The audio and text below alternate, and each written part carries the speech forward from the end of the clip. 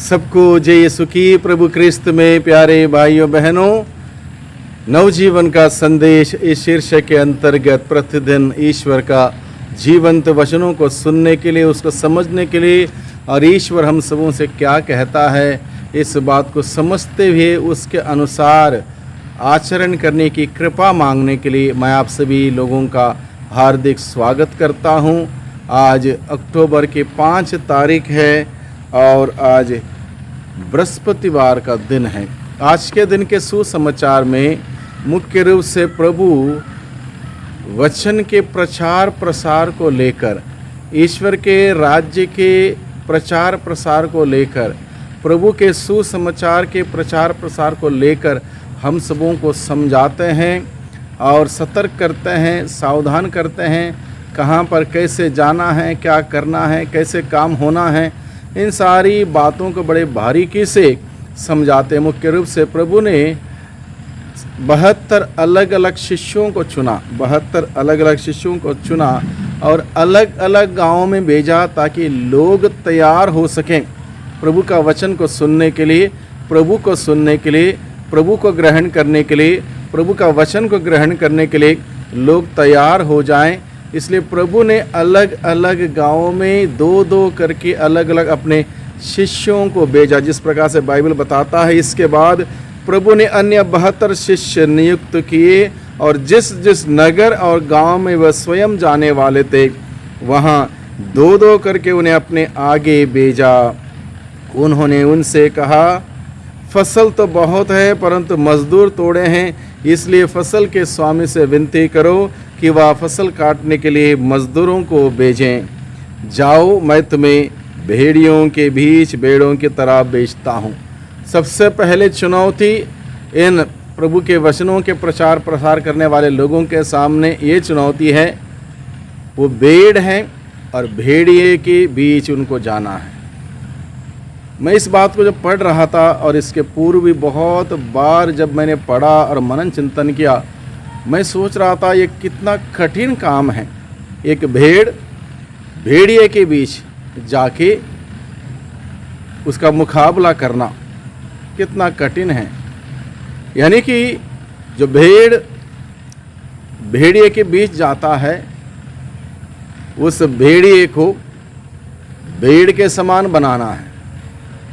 भेड़िए का काम नुकसान करना, मारना, हत्या करना, बर्बाद करना, तितर बितर करना, अशांत माहौल पैदा करना, डर पैदा करना, घबराहट उत्पन्न करना, ये भेड़िए का काम है।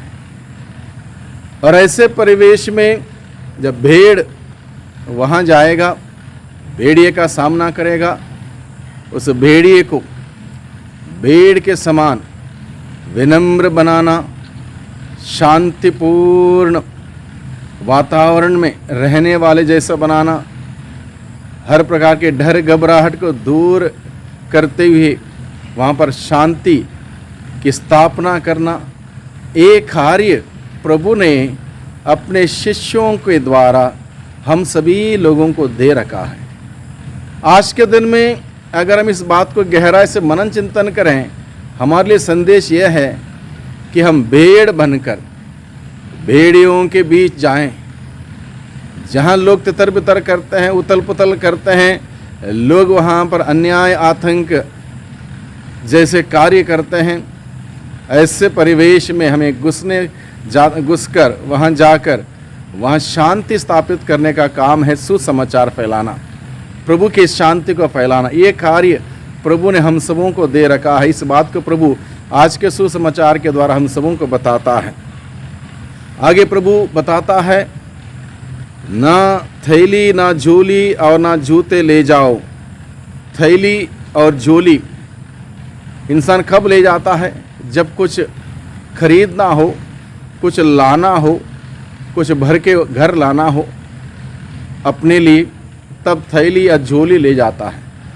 प्रभु ने कहा सुसमाचार प्रचार प्रसार करने वाले व्यक्ति के लिए थैली और झोली नहीं लेकर जाना, यानी कि कुछ भी हासिल करने के उद्देश्य में नहीं जाना है। यानी कि अपनी सुख सुविधा की चीज़ें प्राप्त करने के उद्देश्य से नहीं जाना है, अपने स्वार्थ पूरा करने के उद्देश्य से नहीं जाना है, बल्कि निस्वार्थ भावना से प्रभु का संदेश लेकर, प्रभु का प्यार लेकर, प्रभु के वचन लेकर जाने के लिए प्रभु ने बताया है। और वही बात प्रभु हम सबों को सिखाता है। आगे लिखा है, ना जूते ले जाओ। जूते यानी कि हमें आराम देने वाले जो भी चीज़ें हैं, यानी कि प्रभु के कार्य करना हो, हमें आराम त्यागना होगा। चाहे वो कोई भी किसी प्रकार का आराम क्यों ना हो, आराम त्यागना होगा। अगर हम आराम चाहते हैं, सुख सुविधा चाहते हैं, कंफर्ट चाहते हैं, तो वहाँ पर सुसमाचार का प्रचार प्रसार नहीं होगा। इसलिए प्रभु ने कहा, आराम की कोई भी चीज़ें लेकर मत जाओ, क्योंकि वहाँ पर तुम आराम ही करते रहोगे, सुसमाचार नहीं फैलाओगे, प्रभु का कार्य नहीं करोगे, अपने लिए सुख सुविधा खोजोगे, उसी को प्राप्त करते वहीं पर रहोगे और प्रभु का कार्य नहीं होगा। इसलिए प्रभु ने कहा, आराम देने वाली चीज़ों को मत ले जाओ। और इस प्रकार से प्रभु कहीं बातों को अपने शिष्यों को बताता है, ना झोली, ना थैली, ना जूते ले जाओ, रास्ते में किसी को नमस्कार मत करो।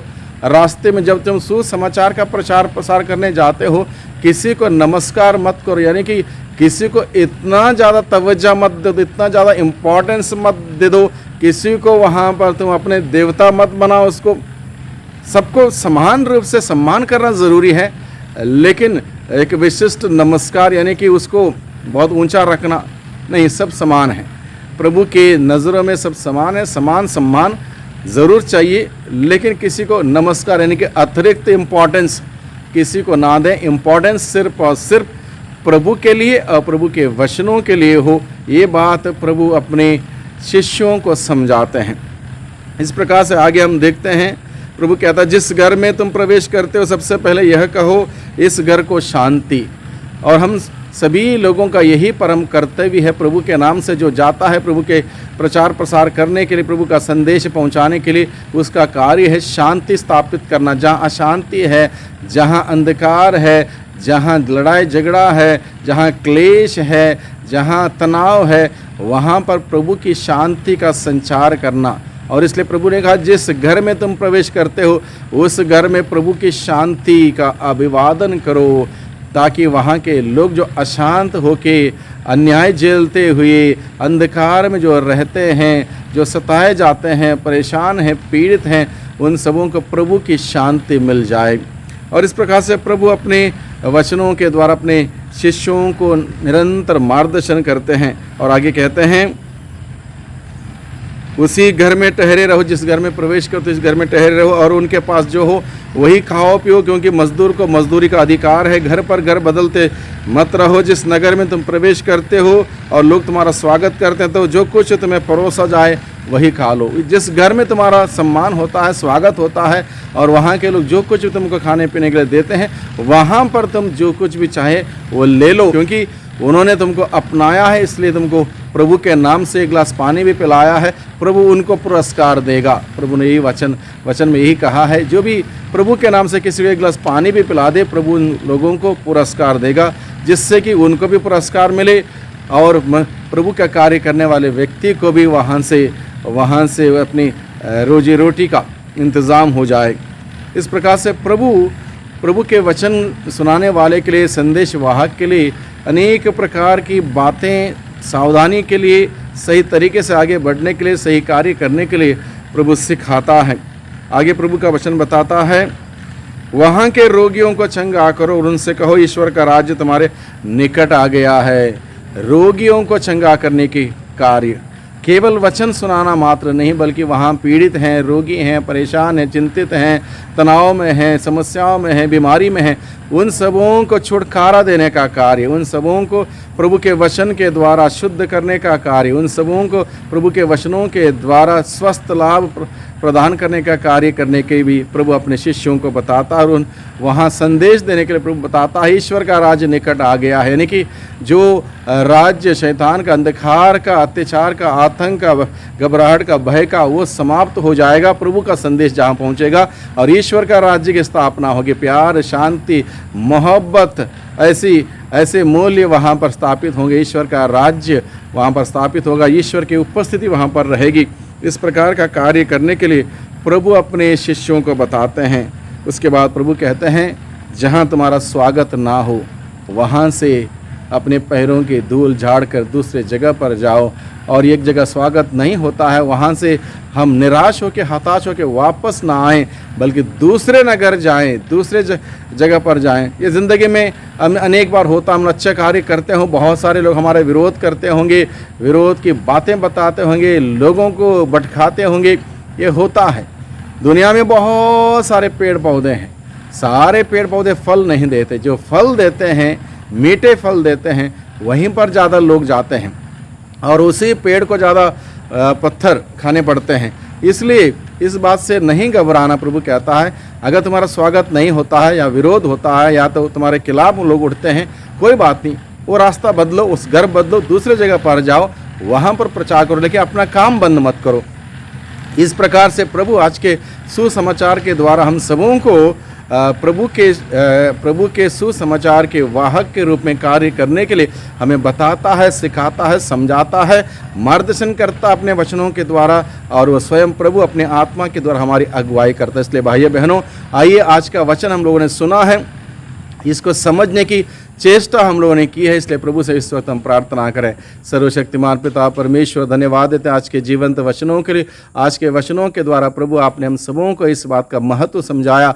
आपके वचनों का प्रचार प्रसार करना हम सबों का कर्तव्य, और इस कर्तव्य कैसे करना है इस बात को आपने सिखाया। हम आपको धन्यवाद देते हैं। उस कार्य को पूरे दिल से, पूरे मन से, पूरे आत्मा से, पूरे शक्ति से अपना प्यार आपके प्रति व्यक्त करने के उद्देश्य करने के लिए हम सबों को सिखाइए, बल प्रदान कीजिए। दुआ करते हैं उद्धारकर्ता यीशु मसीह के नाम से, आमीन।